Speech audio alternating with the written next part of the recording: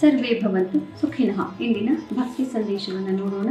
ಪ್ರಕೃತೆ ಕ್ರಿಯಮಾಣನೆ ಗುಣಃ ಕರ್ಮಣಿ ಸರ್ವಶಃ ಅಹಂಕಾರ ವಿಮೂಢಾತ್ಮ ಕರ್ತ ಅಹಮಿತಿ ಮನ್ಯತೆ. ಪ್ರಕೃತೆ ಕ್ರಿಯಮಾಣಾನಿ.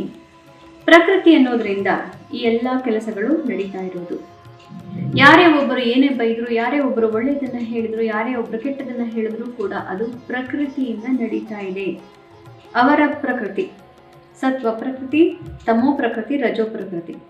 ಅದನ್ನ ನಾನು ಮಾಡ್ತಾ ಇದ್ದೇನೆ ಅಂತ ತಿಳ್ಕೊಳ್ಳೋದು, ಒಳ್ಳೆಯ ಕೆಲಸ ಇವತ್ತು ನನ್ನಿಂದ ಆಗಿ ಹೋಯಿತು ಅಂತ ತಿಳ್ಕೊಳ್ಳೋದು ಬಹಳ ಮೂರ್ಖತನ. ಅದು ಮೌಢ್ಯ ಅಂತ ಭಗವಾನ್ ಶ್ರೀಕೃಷ್ಣ ಹೇಳ್ತಾ ಇದ್ದಾನೆ. ಅದೆಲ್ಲವನ್ನು ಮೀರಿದಾಗ ತಿಳಿಯತ್ತೆ ನಾನು ಅನ್ನೋದೇನು, ಭಗವಂತ ಅನ್ನೋದೇನು ಅಂತ.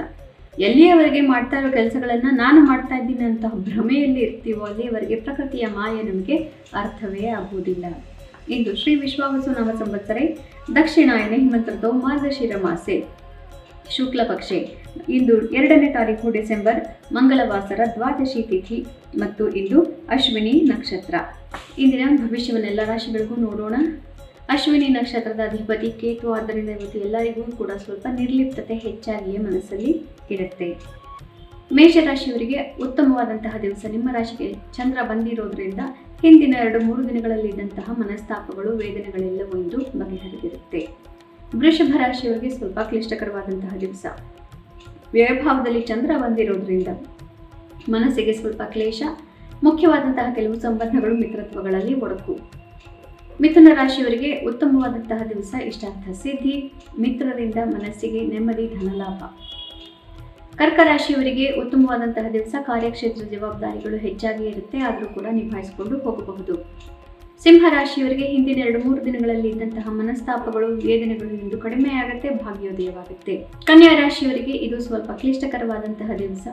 ಮುಖ್ಯ ನಿರ್ಧಾರಗಳು ಬೇಡ, ಡಿಪ್ರೆಸಿವ್ ಥಾಟ್ಸ್ ತುಂಬ ಇರುತ್ತೆ ಇವತ್ತು, ಅದರಿಂದ ಧ್ಯಾನಾದಿಗಳನ್ನು ಮಾಡಿ ಸಮಯವನ್ನು ಕಳೆಯಬೇಕಾಗುತ್ತೆ. ತುಲಾ ರಾಶಿಯವರಿಗೆ ಉತ್ತಮವಾದಂತಹ ದಿವಸ, ಮನಸ್ಸಿಗೆ ನೆಮ್ಮದಿ, ಎಲ್ಲರಿಂದ ಸಹಕಾರ ಪ್ರಾಪ್ತಿ, ನಿಮ್ಮ ಕಾರ್ಯಕ್ಷೇತ್ರದಲ್ಲೂ ಕೂಡ ಇಂದು ಯಶಸ್ಸನ್ನು ನೀವು ಕಾಣ್ತೀರಿ.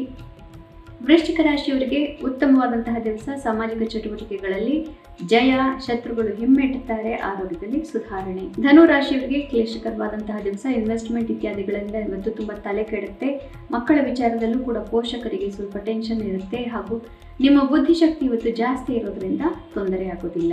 ಮಕರ ರಾಶಿಯವರಿಗೆ ಮನೆ, ಜವಾಬ್ದಾರಿಗಳು, ಆಸ್ತಿ ಪಾಸ್ತಿ, ತಾಯಿಯ ಆರೋಗ್ಯ, ಕುಟುಂಬದ ಒಂದು ಸೌಖ್ಯ, ಇದೆಲ್ಲದರ ಬಗ್ಗೆ ಇವತ್ತು ಜಾಸ್ತಿ ತಲೆ ಕೆಡಿಸ್ಕೊಂಡಿರ್ತೀರಿ. ಮನೆಯನ್ನು ಬದಲಾಯಿಸಬೇಕು, ಮನೆಯನ್ನು ಬೇರೆ ರೀತಿಯಲ್ಲಿ ಇಟ್ಕೋಬೇಕು, ಇದೆಲ್ಲ ಆದ್ದರಿಂದ ಬರೀ ಮನೆಯ ಬಗ್ಗೆ ಇವತ್ತು ನಿಮ್ಮ ಯೋಚನೆಗಳು ಮೂಡಿರುತ್ತೆ. ಕುಂಭರಾಶಿಯವರಿಗೆ ಉತ್ತಮವಾದಂತಹ ದಿವಸ, ಸಹೋದರ ಸಹೋದರಿಯರಿಂದ ಇಂದು ಮನಸ್ಸಿಗೆ ಅತಿ ಹೆಚ್ಚಿನ ಸಂತೋಷ, ಆತ್ಮವಿಶ್ವಾಸ ತುಂಬ ಚೆನ್ನಾಗಿರುತ್ತೆ. ಮೀನರಾಶಿಯವರಿಗೆ ಇಂದು ನಿಮ್ಮ ಸಂಸಾರದ ವ್ಯವಹಾರಗಳಲ್ಲಿ ಹೆಚ್ಚಿನ ಗಮನವನ್ನು ಕೊಡ್ತೀರಿ, ಮನಸ್ಸಿಗೆ ಅದರಿಂದ ನೆಮ್ಮದಿಯನ್ನು ಕೂಡ ಕಾಣ್ತೀರಿ. ಪುನಃ ನಾಳೆ ಭೇಟಿಯಾಗೋಣ. ಅಲ್ಲಿವರೆಗೂ ನಿಮಗೆ ತಿಳಿದೇ ಇದೆ. ಇಂದಿನ ಗೀತಾ ಶ್ಲೋಕವನ್ನು ಪಠಣ ಮನನವನ್ನು ಮಾಡಿಕೊಳ್ಳೋದನ್ನು ಮರಿಬೇಡಿ. ಪಠಣ, ಶ್ರವಣ, ಮನನ, ಲೇಖನ ಯಾವುದನ್ನು ಮಾಡಿದರೂ ಕೂಡ ಗೀತೆಯಿಂದ ಅತಿ ಹೆಚ್ಚಾದಂತಹ ಪುಣ್ಯವನ್ನು ಗಳಿಸಿ ಜನ್ಮಾಂತರದ ಪಾಪಗಳನ್ನು ಕಳ್ಕೋಬಹುದು. ಎಲ್ಲರಿಗೂ ಶುಭಮಸ್ತು. ಶ್ರೀಕೃಷ್ಣ ವಿಜಯತೆ. ನಾಳೆ ಭೇಟಿಯಾಗೋಣ.